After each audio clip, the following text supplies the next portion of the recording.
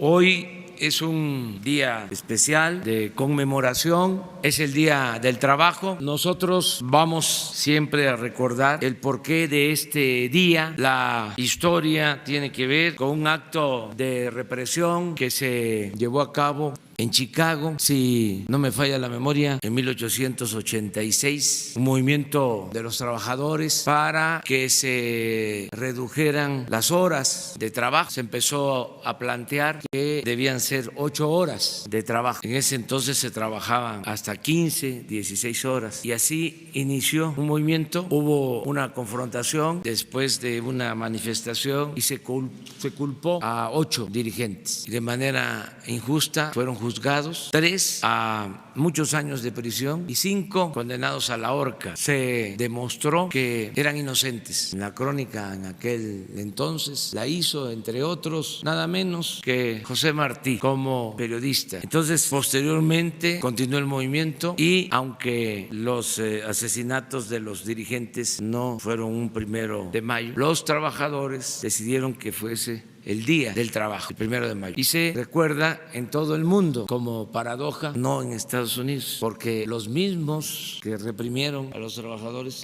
buscaron cambiar la fecha. Pero en todo el mundo se recuerda el día 1 de mayo como el Día del Trabajo, el día dedicado a la lucha de los trabajadores. A mí me da mucho gusto, mucha satisfacción el poder informarles que el día de hoy ya aparece en el diario oficial de la Federación la reforma laboral. Es un avance importante en beneficio de los trabajadores de México. Y le he pedido a Zoé Robledo, subsecretario de Gobernación, que les explique cómo se llevaron a cabo estas reformas, que no fue solo la reforma a una ley, se reformaron varias leyes para lograr esto que llamamos reforma laboral. Y también le he pedido a Luisa María Albores, secretaria del Trabajo, que les explique, alcalde, Luisa María Alcalde, que les explique sobre la importancia que tienen estas reformas, estos cambios. Quiero también informar que hemos tomado la decisión de iniciar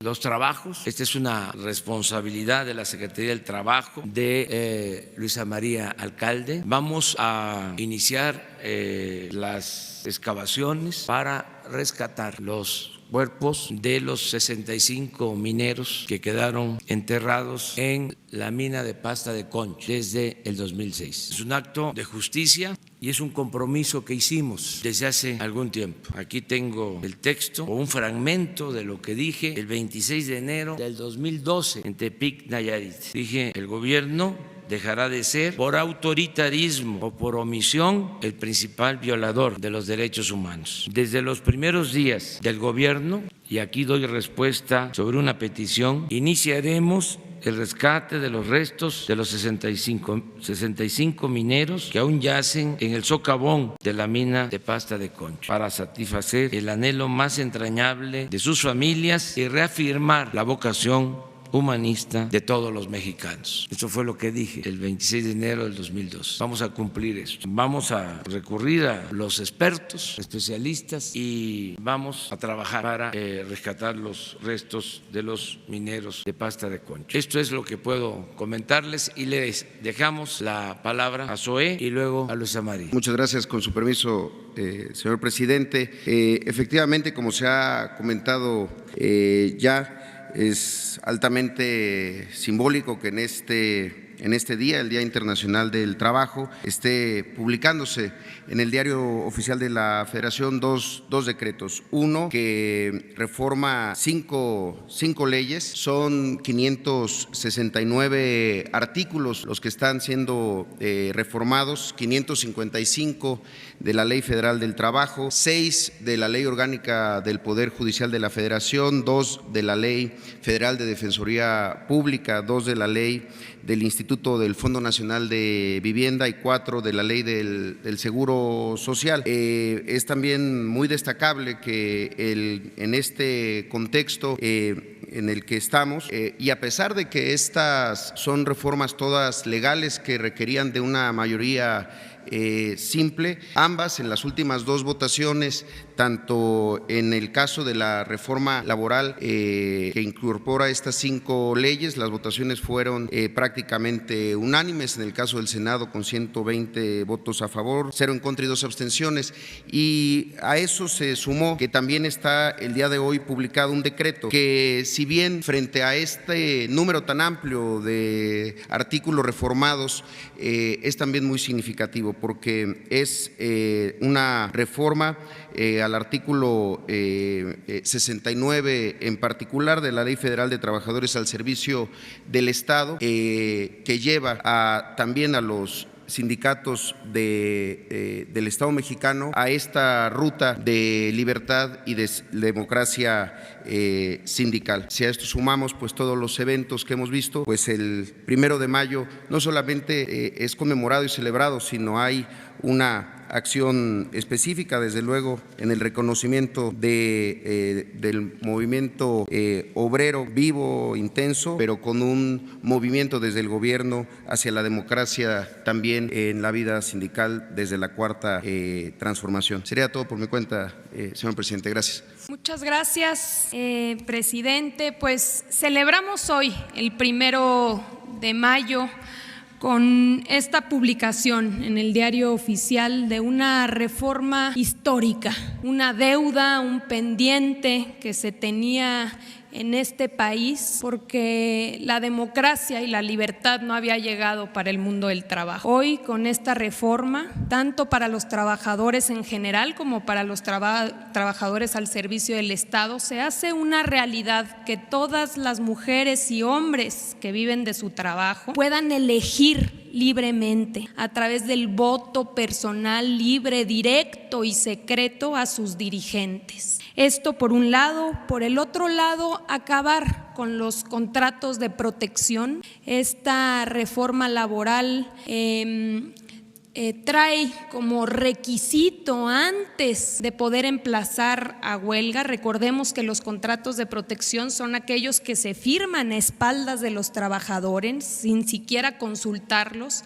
Ahora esta reforma trae como requisito el previo a un emplazamiento, se tiene que garantizar que se tiene con la representación. Eso nos va a ayudar no solo a acabar con los contratos de protección, sino también a acabar con la vía de extorsión y de chantaje, como se ha utilizado muchas veces algunos sindicatos. Toda la parte de impartición de justicia cambia. Vamos a pasar de las juntas de conciliación y arbitraje a tribunales laborales. Ahora dependerán del Poder Judicial, tanto a nivel federal como a nivel local.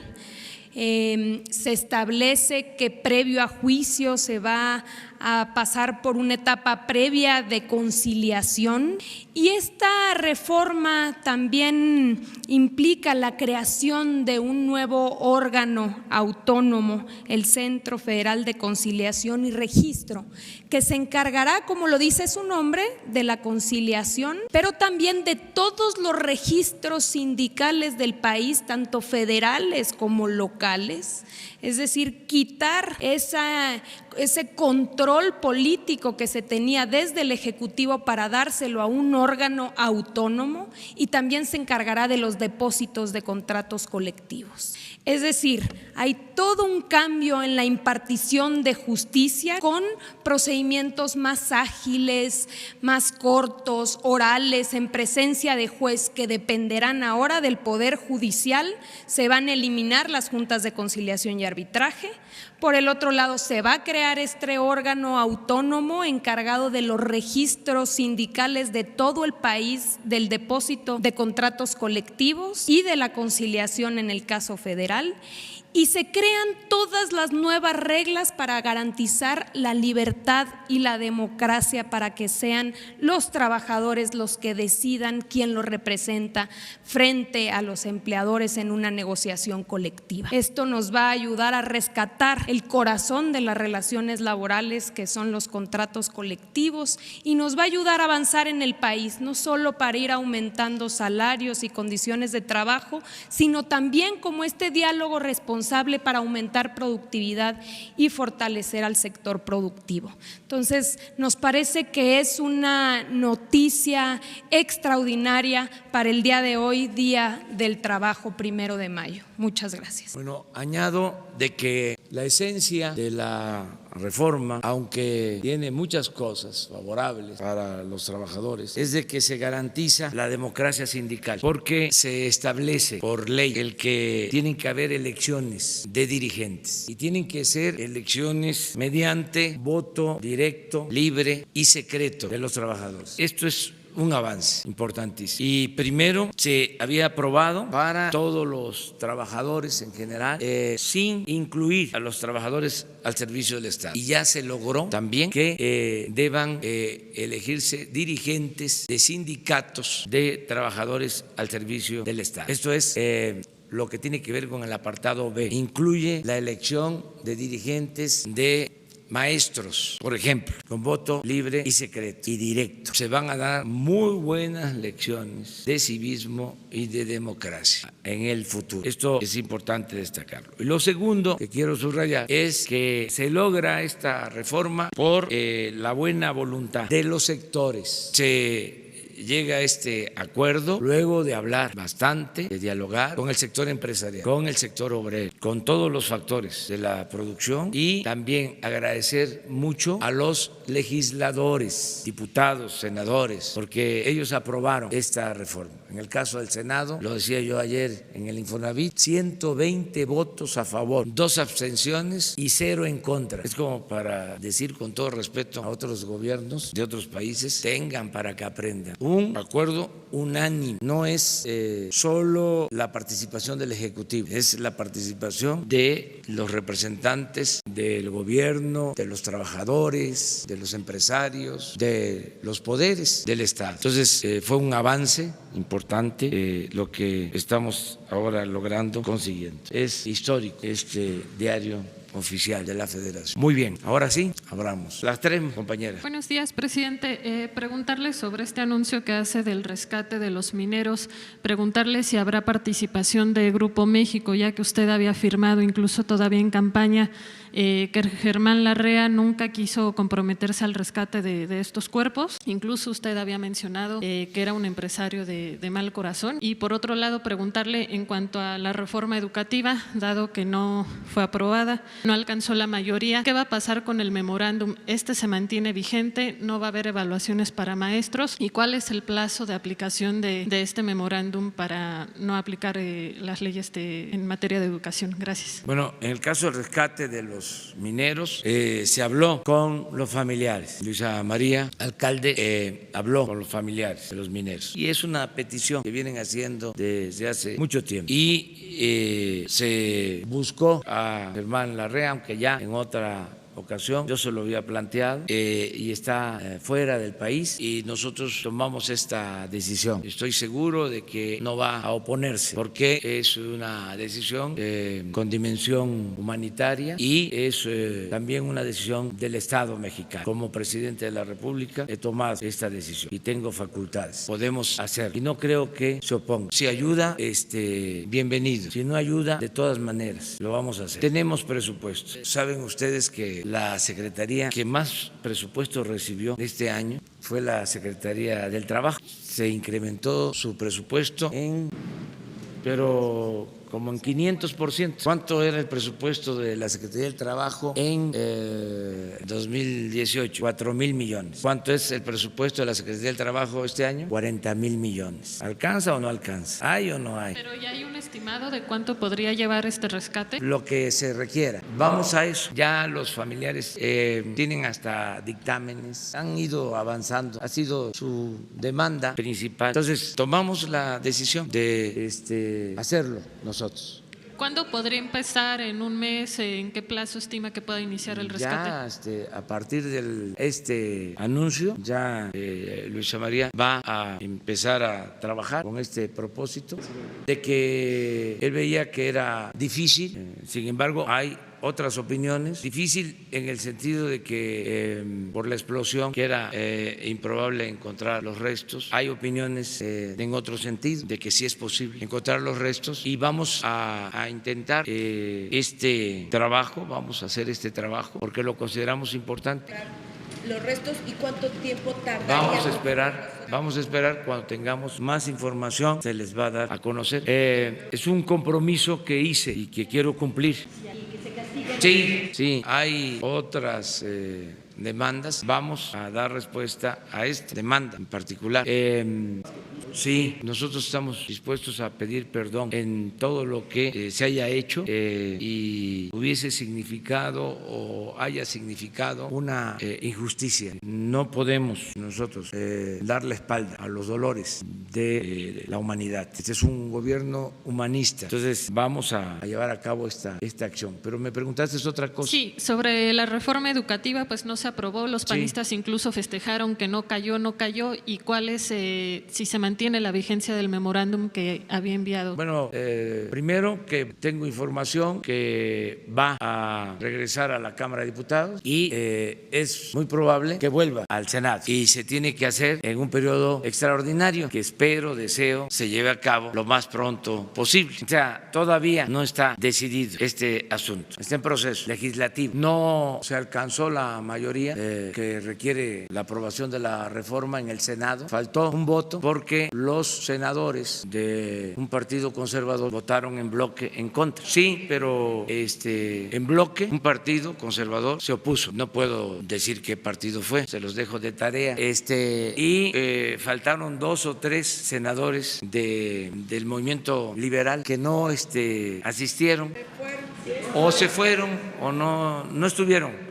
Entonces, yo espero que para la próxima estén presentes y de esa manera se logre la aprobación. En tanto, se cancela la mal llamada reforma educativa y se aprueba la nueva reforma educativa, pues está vigente con sus características específicas el memorándum, porque dijeron de que era ilegal, que era inconstitucional, pero no han presentado ninguna denuncia porque no hay fundamento. Todo fue la propaganda, que desde luego también es válida.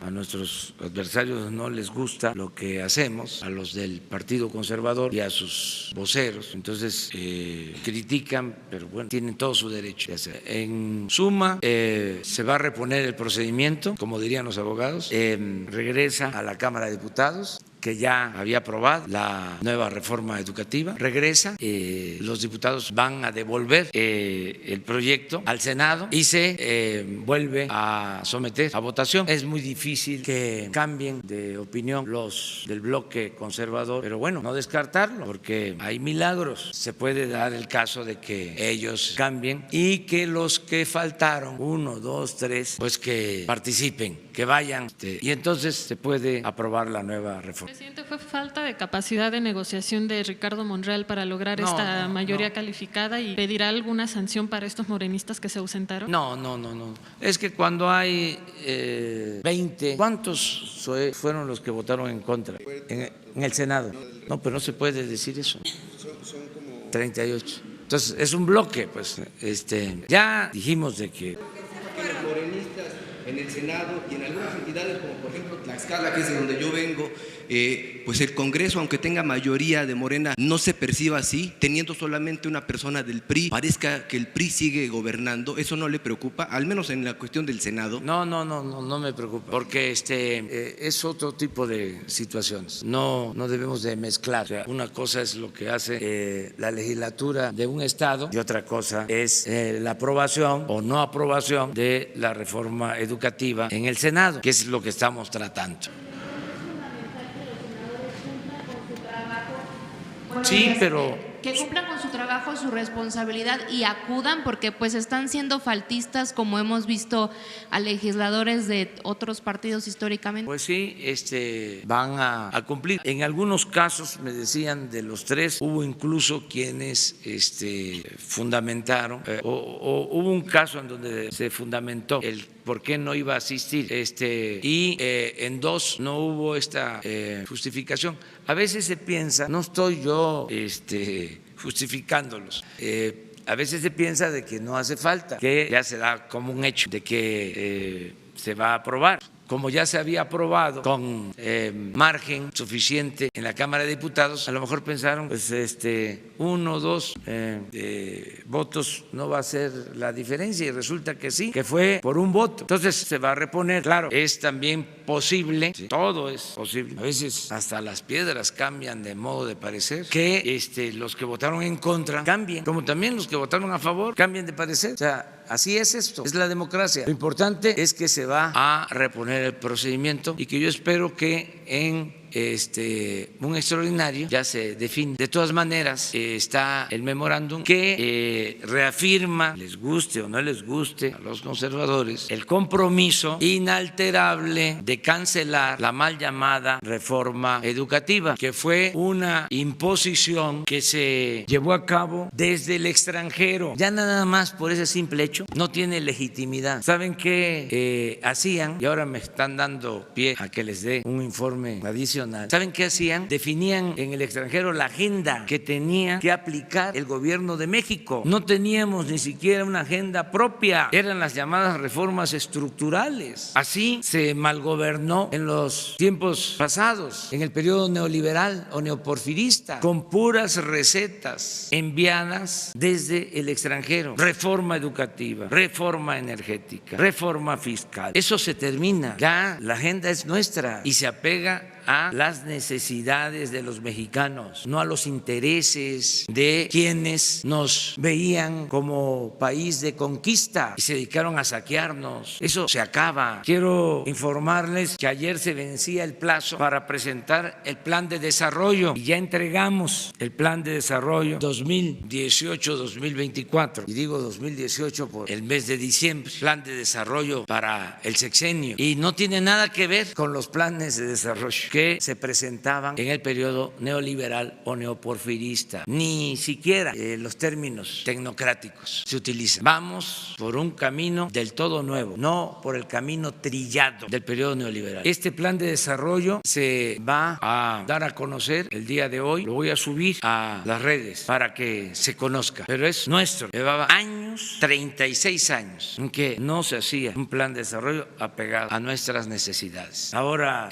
van a encontrar la palabra corrupción, que no aparecía en los planes de desarrollo de los periodos de gobiernos neoliberales. Aspiramos a que sea un plan de desarrollo como lo fue uno de los mejores planes de desarrollo, el plan liberal de 1906 que hicieron los magonistas, que les recomiendo releer o tener en cuenta. Para mí, el mejor plan que se ha hecho en la historia del país. Luego está el plan sexenal que se elaboró durante la campaña del general Lázaro Cárdenas, y esperemos que siga ese ejemplo y que no tenga nada que ver con la política neoliberal o neoporfirista, ni siquiera con los términos, ni siquiera con el lenguaje. Hay que terminar con eso. No es fácil, porque imagínense 36 años de predominio, de imposición de una política. A muchos le trabajaron la cabeza. Es un asunto mental. Mucho tiempo con un adoctrinamiento a favor de una política neoliberal. Quitar eso de la cabeza no va a ser fácil. Pero la cuarta transformación significa también un cambio de mentalidad. Por eso hablamos de revolución de las conciencias. Hubiese sido muy fácil, pedirle a los técnicos hagan la consulta que nos solicita la ley y luego los mejores economistas, los mejores técnicos, los mejores especialistas en lo que ahora se llama pomposamente políticas públicas presenten el plan de desarrollo. Los profesionales, los expertos. Imagínense lo que iban a entregar, lo que íbamos a presentar. Lo mismo de siempre, Producto Interno Bruto, apreciación, depreciación y otras cosas por el estilo. Aquí vamos, cuando lean el documento, tratamos de el principal problema del país, la corrupción, cómo vamos a dar respuesta al problema de la inseguridad, de la violencia, qué es lo que importa a la gente, cómo se va a reactivar la economía, cómo se va a garantizar el bienestar de los mexicanos. Entonces, eso es el nuevo plan. Hoy ya se da a conocer, se pone a consideración de todos los mexicanos y que haya polémica, que se lea, que se cuestione y que haya aportaciones también. Son 65 cuartillas, tampoco es mucho, porque con un lenguaje tecnocrático y 100 o 200 cuartillas, pues es como tomarse un tafil. Esto está ligero, no tiene los tecnicismos que no se comprenden fácilmente y puede enriquecerse, se puede ampliar, se puede mejorar, pero ya es un documento para fijar la nueva política de desarrollo del país. Aquí habíamos quedado en 3. Sí. Hola, presidente. Soy Nuri Fernández de La Caracola y quería hacerle un comentario sobre el tema de la paz y del freno a la violencia a partir de los recientes sucesos en Minatitlán. Nosotros pensamos que es muy importante rescatar en los hechos de Minatitlán la respuesta de la gente. Es decir, el hecho de que los sepelios se convirtieron en actos públicos, de que después la gente se atrevió a ir a marchar a Jalapa y a expresar lo que le había pasado para pedir un freno a la violencia y que después pues ustedes estuvieron allá con ellos.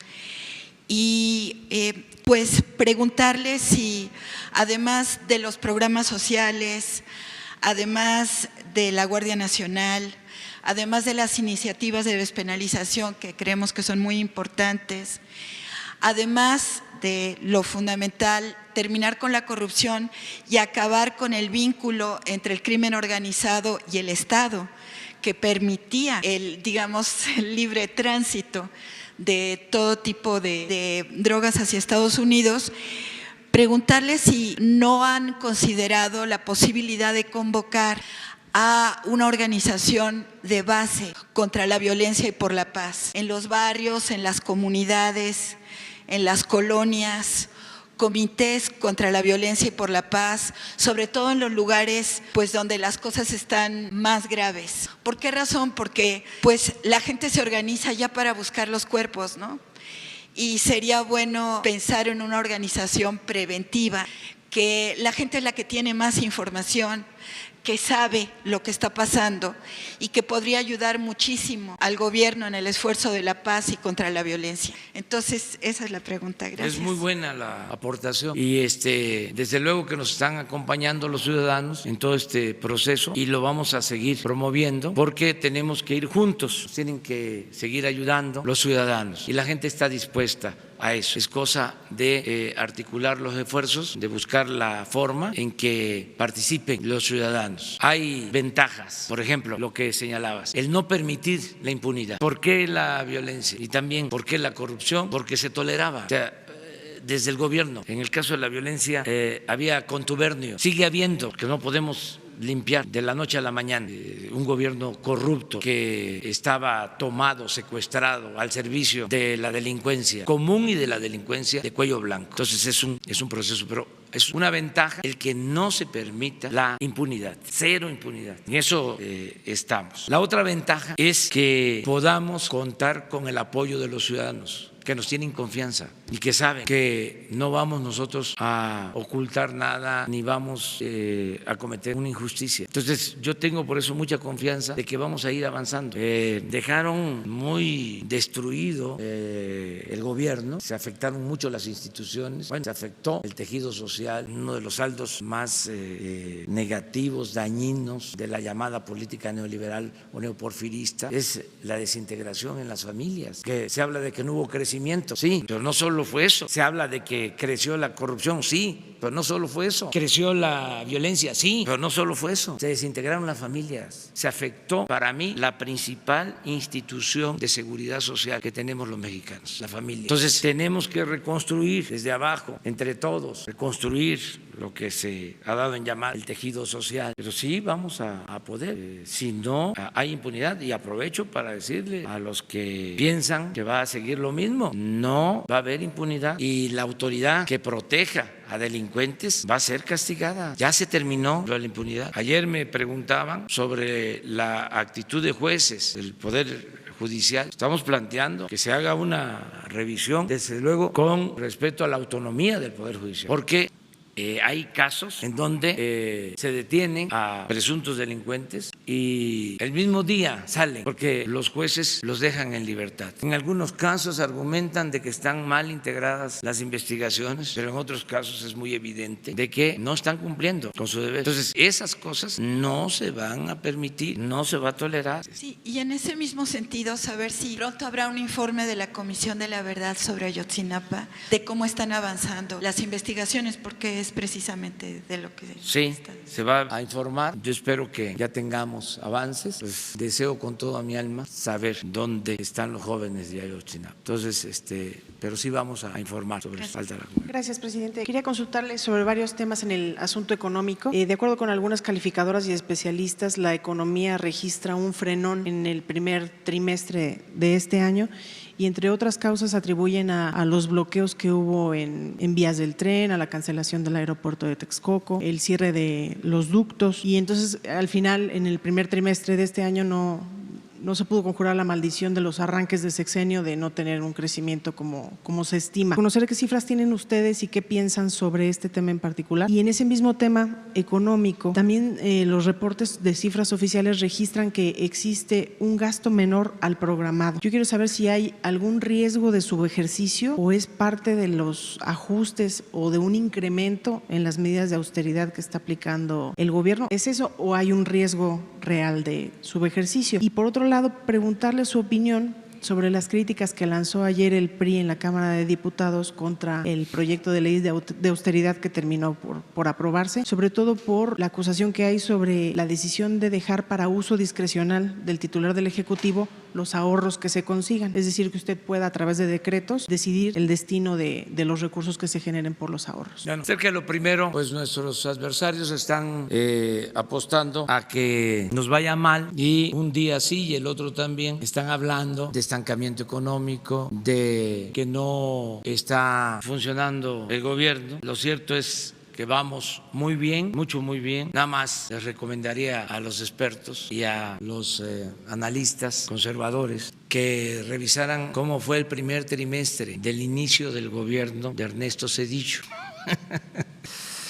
Claro que estoy poniendo algo extremo, ¿no? Pero como así se llevan, de vez en cuando puedo yo también darme ese lujo, esa licencia, ¿no? Nada más les recuerdo que en el primer trimestre del inicio del gobierno de Zedillo hubo un decrecimiento de -7. Sin embargo, por los conservadores, ese gobierno está calificado como un buen gobierno, aún con el FOBAPROA, porque fue genial eso de convertir las deudas privadas en deuda pública. Entonces, bravo, bravo. Vamos muy bien.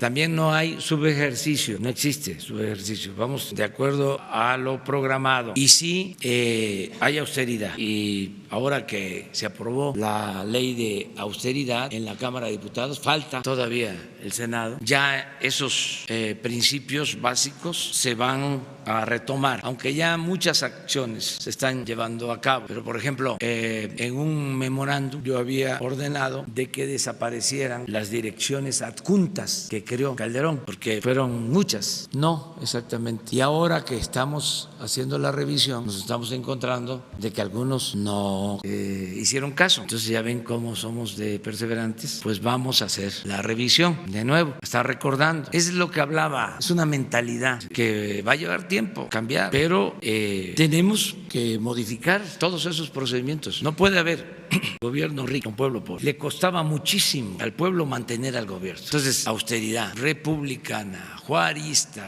por eso lo de la ley. Y lo que dice el partido que mencionó, pues habría que ver cómo se lleva a cabo la distribución. Nosotros consideramos que la mejor manera es que todo lo que se ahorre se le regrese a la gente, que sea para el bienestar del pueblo. Además, les recuerdo que todavía está pendiente la creación del instituto, que se va a llamar algo así como devolverle al pueblo lo robado, un poco lo que hacía Chucho el Roto, pero acá es lo robado por políticos corruptos o lo mal habido que obtiene la delincuencia. Todo eso se va a devolver al pueblo. ¿Se acuerdan ustedes que una vez se hizo un decomiso de dólares de un chino mexicano que sacaron dirían en mi pueblo, tongas de dólares? Y a ver, les pregunto a ustedes, vamos a hacer aquí una consulta, que levanten la mano los que saben a dónde fue a parar ese dinero. ¿Nadie? ¿Mande? A la Secretaría de A la Secretaría de Hacienda.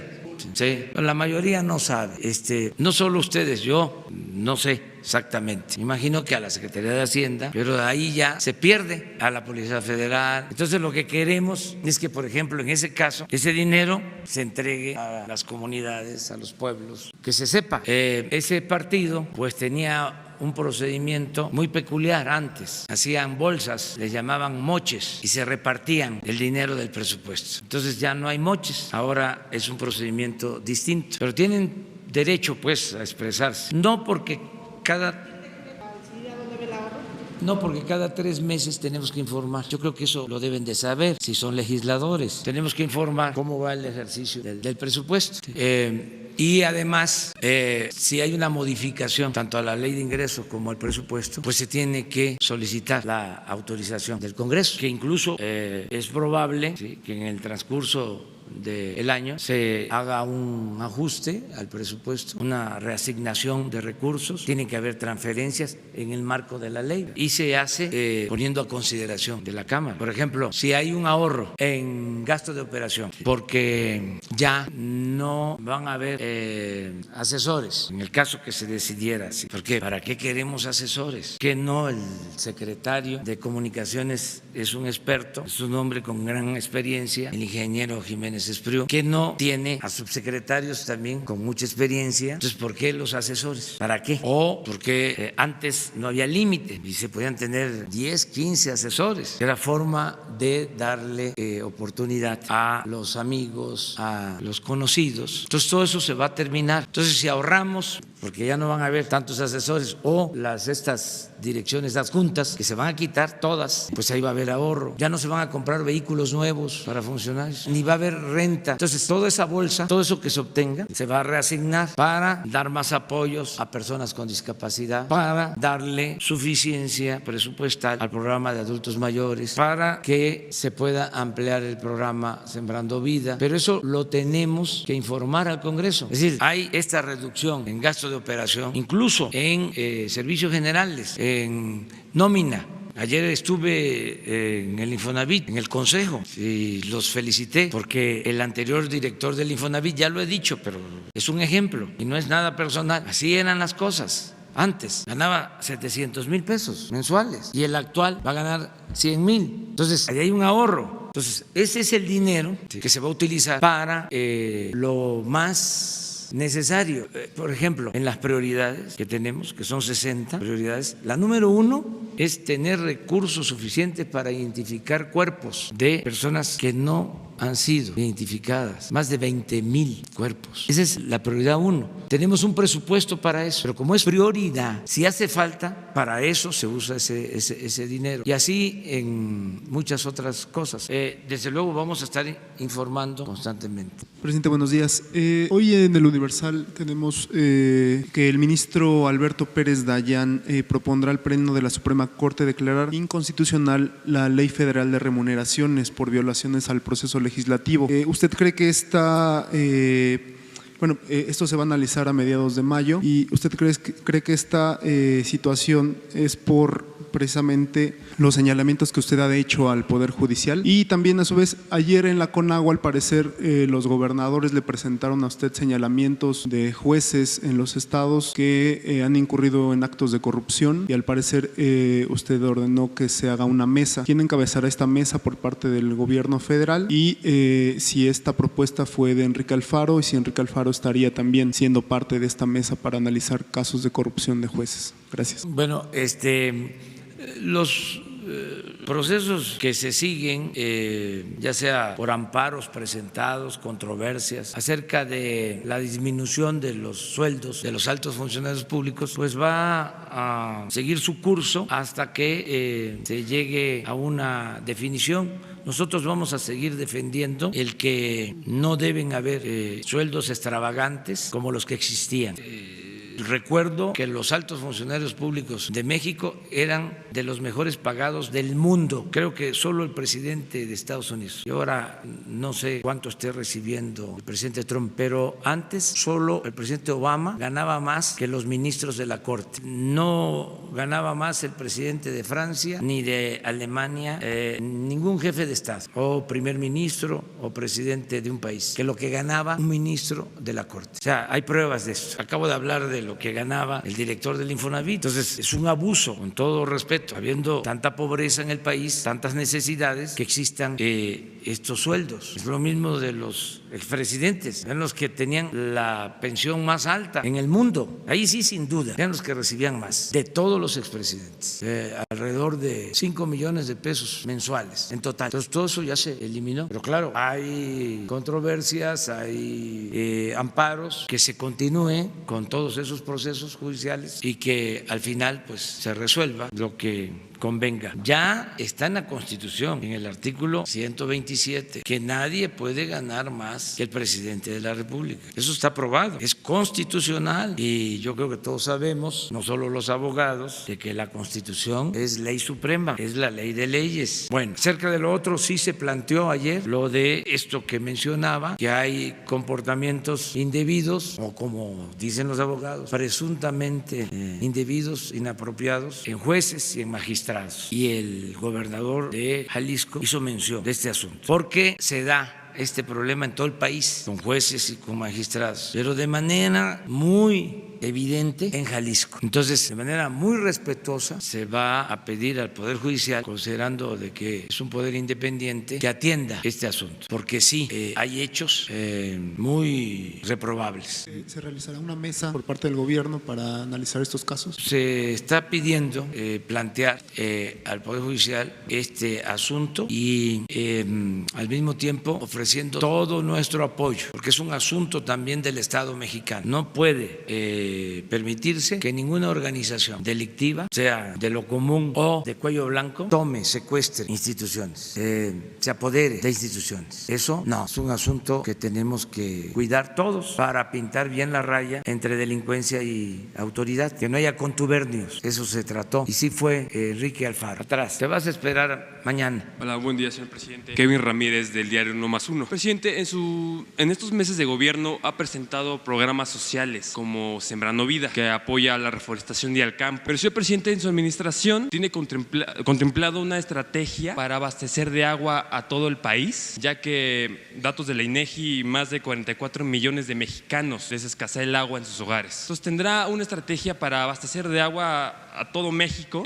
con colaboración futura de la Comisión Nacional del Agua, señor presidente? Muchas gracias. Sí, miren, parte de la estrategia que estamos siguiendo es impulsar el desarrollo regional, que podamos crecer en donde tenemos los recursos naturales indispensables, que se pueda crecer donde hay agua disponible. La vez pasada hablaba yo de la producción de leche en la laguna. Es una fuente de trabajo importante, es un esfuerzo de los empresarios que han creado este modelo productivo y que dan muchos beneficios, pero ya no se puede seguir creciendo en la laguna con cuencas lecheras, porque para producir la leche se requiere de la alfalfa y se requiere de mucha agua y no hay agua suficiente en la laguna. Ya están afectados los mantos acuíferos y contaminados. Entonces, bueno, ¿por qué no las cuencas lecheras las desarrollamos donde hay agua? Porque la leche, además pues de otro contenido, significa básicamente agua. Entonces,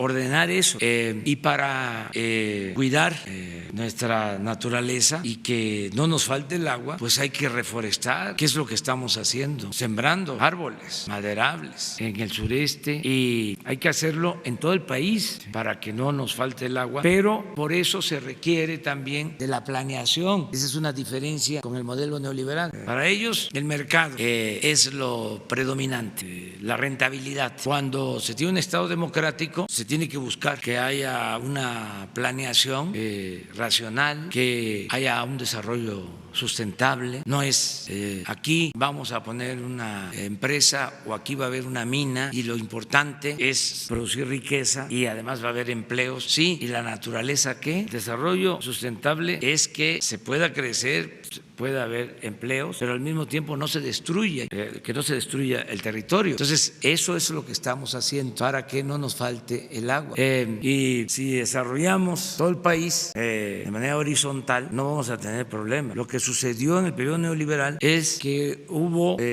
migración a donde había oportunidades de trabajo. Entonces, se abandonó la mayor parte del territorio nacional donde hay agua y la gente en busca de trabajo se fue a los centros turísticos, a las ciudades fronterizas y desde luego del otro lado de la frontera. Entonces ahora lo que queremos es que haya un desarrollo parejo. Ayer se lo comentaba yo a los gobernadores, porque en el norte, en el centro del país, si no hubo mucho crecimiento, pues no dejó la economía de desarrollarse, de desenvolverse, pero en el sur sureste, en todo el periodo neoliberal, hubo decrecimiento. Entonces era un desbalance. Estamos buscando ahora es equilibrar. No quiere decir quitarle al norte o quitarle al Bajío, no, mantener el crecimiento en el norte, mantener el crecimiento en el Bajío, pero que haya crecimiento en Guerrero, en Oaxaca, en Chiapas, en Tabasco, en Campeche, en Yucatán, incluso en Quintana Roo, porque ha habido crecimiento en Quintana Roo, sí, pero en Cancún y en Playa del Carmen, no en Otompe Blanco, en Chetumal, no en Felipe Carrillo Puerto, no en Morelos. En esos municipios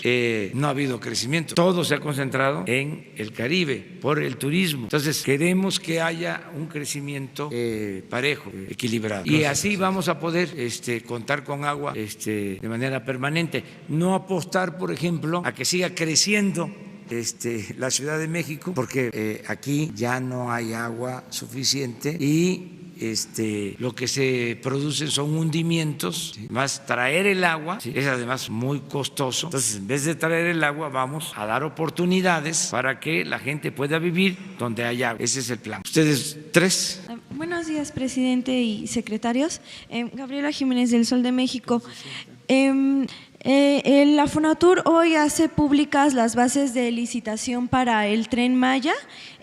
Preguntarle si, bueno, ahora que ya se están haciendo públicas estas bases, ya se realizó también una consulta pública en las comunidades para el tren y cuál fue el resultado de esta consulta, si fue un ejercicio similar al del tren transísmico y en Santa Lucía, y si nos pudiera dar pues los detalles si ya se cumplen con los requisitos para iniciar con el proceso. Gracias. Se está siguiendo todo el procedimiento legal en todos los casos.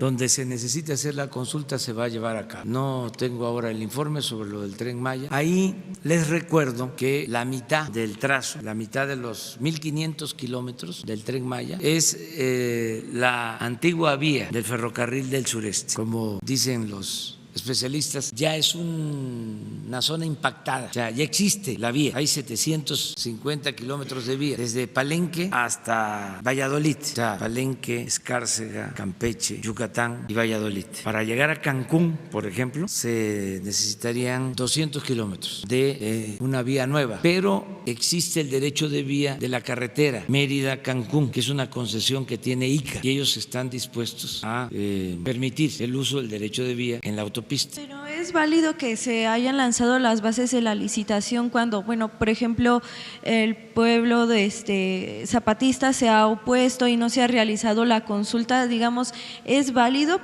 que se inicie el proceso sin la aprobación de los pueblos indígenas? Sí, sí, porque la mayoría de la gente, de las comunidades indígenas apoyan este plan. Claro que existe la disidencia y debe de respetarse, pero en la democracia pues es la mayoría la que decide. Se respetan las minorías, pero es la opinión mayoritaria la que debe de tener la posibilidad de decidir al final, y eso es lo que se está haciendo. En esto también ofrezco disculpa por estar repitiendo y repitiendo, parezco disco rayado, pero los conservadores quisieran que no hiciéramos nada. ¿De cuándo acá los de la prensa fifi aparecen como ambientalistas? ¿Cuándo se opusieron, por ejemplo, al lago de Texcoco, a la construcción del aeropuerto del lago de Texcoco, que era la destrucción del lago Nabor Carrillo? ¿Leyeron ustedes reportajes en la prensa fifi en contra? Nada. nada. Pero ahora que nosotros estamos gobernando y tenemos posturas distintas, que todo esto es, repito, legítimo, pues entonces, a ver,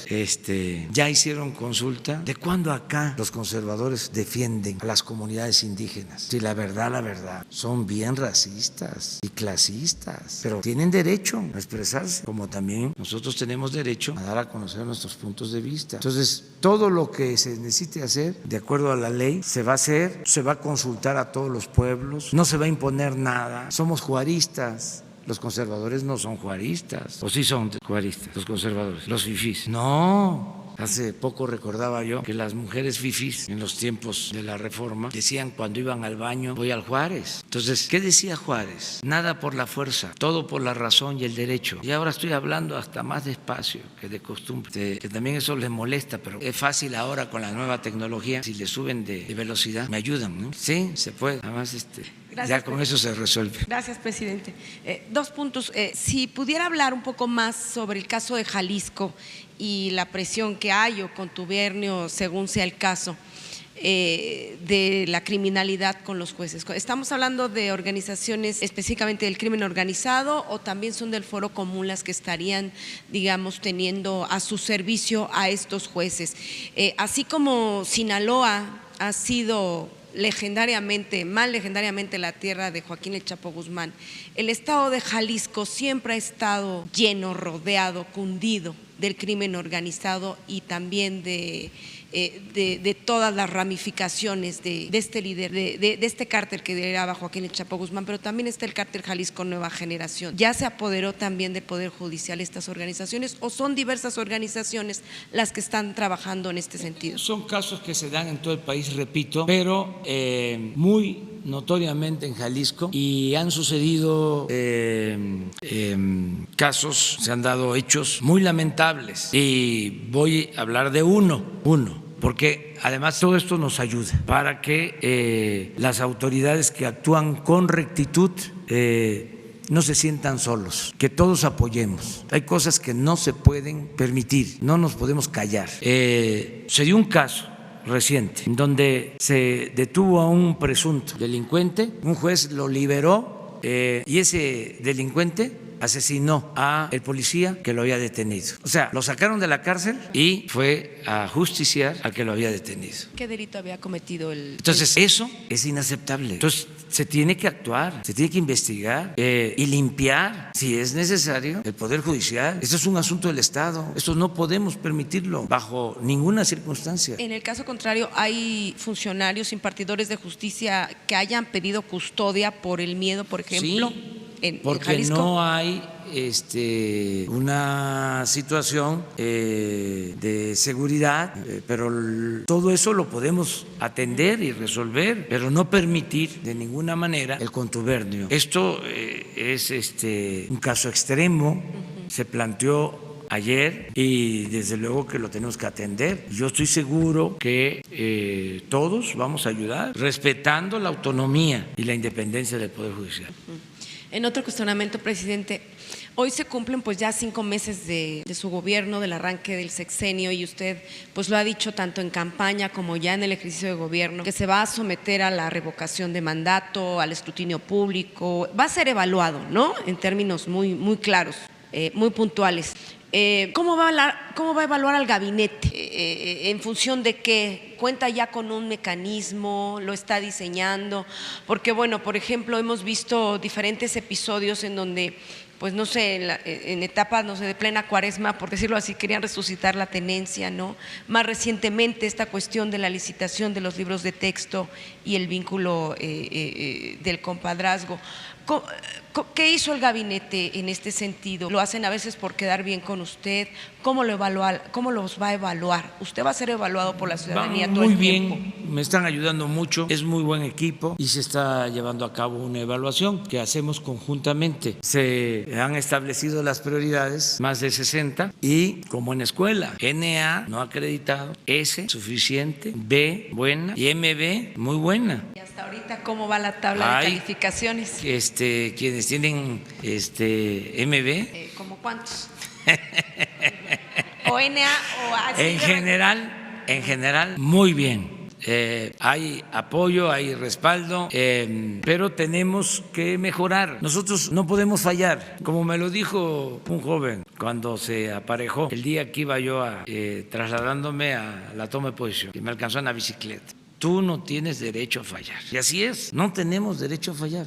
No podemos actuar con ineficiencia. Tenemos que entregarnos por completo a la causa pública. ¿Hay alguno rezagado en esa tabla? No todos, pero tenemos que aplicarnos más todavía y estarlo recordando, porque existe esa mala costumbre, ¿no? Es decir, ya llegamos, tenemos cargo.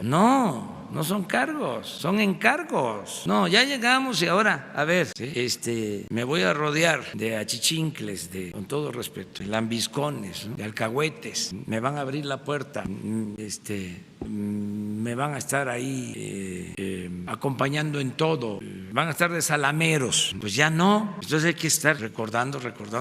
Esto ya cambió, es una transformación, no es un cambio de gobierno, es un cambio de régimen.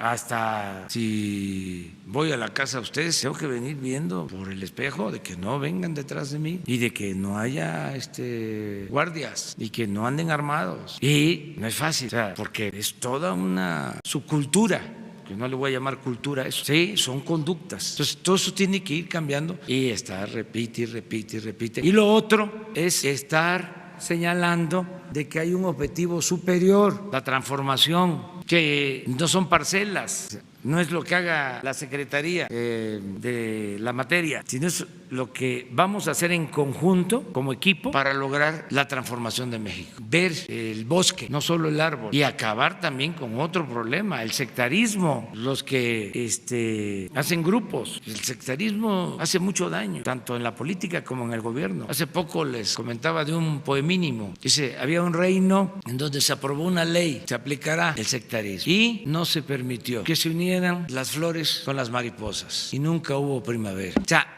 no al sectarismo. ¿Cómo nos vamos a estar peleando? La unidad para la transformación. Entonces, adentro del gobierno y afuera. Pero vamos muy bien.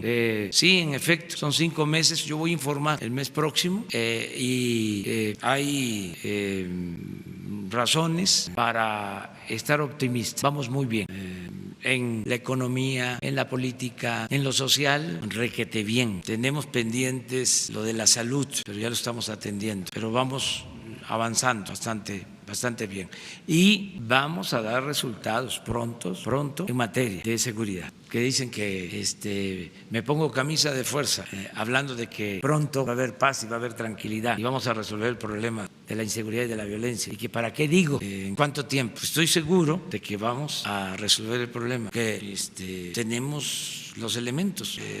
La gente nos tiene confianza, nos está apoyando, que planteaba aquí Nuri, quieren participar los ciudadanos, ayudarnos. Todos quieren ayudar en general y se está atendiendo a la gente humilde, a la gente pobre, se está atendiendo a los jóvenes. La semana próxima les vamos a dar un informe del programa Jóvenes Construyendo el Futuro. Es extraordinario lo que está sucediendo, porque son miles de jóvenes ya trabajando como aprendices, que tienen ya opción, que tienen alternativa, que no había alternativa para los jóvenes. Lo único que hicieron fue etiquetarlos como ninis y nunca los atendieron. Ahora es distinto. La semana próxima les vamos a presentar el informe. Miles de jóvenes trabajando en talleres, en empresas, en comercios, capacitándose para el trabajo. Entonces, vamos bien. Muchas gracias.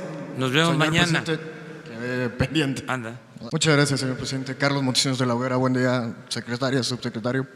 Siguiendo con el tema de la seguridad y la salubridad que acaba de mencionar, ayer en la CONAGO nos informaron que también le expusieron el caso de los migrantes de las caravanas, que incluso se han hecho detenciones a algunos de estos migrantes centroamericanos porque ya habían sido reclutados por el crimen organizado y habían participado en la generación de violencia en algunos estados como Tamaulipas. Además de que también se han visto involucrados en brotes de enfermedades como me parece que dijo el gobernador Cabeza de Vaca, cólera en Tabasco y viruela en Veracruz. Entonces, primero, ¿qué información tiene usted al respecto de estos dos temas? Y si esto podría causar un cambio en la política que se ha llevado hasta el momento para atender las caravanas migrantes. Muchas gracias. No, ayer hablamos de este tema, 3 cosas. Primero, que estamos insistiendo en atender las causas, que se apoye a nuestros hermanos centroamericanos, que haya programas de desarrollo para que haya empleo, que haya trabajo, que haya bienestar, que haya paz en Centroamérica. Eso lo estamos planteando para Centroamérica y para México, pero nosotros estamos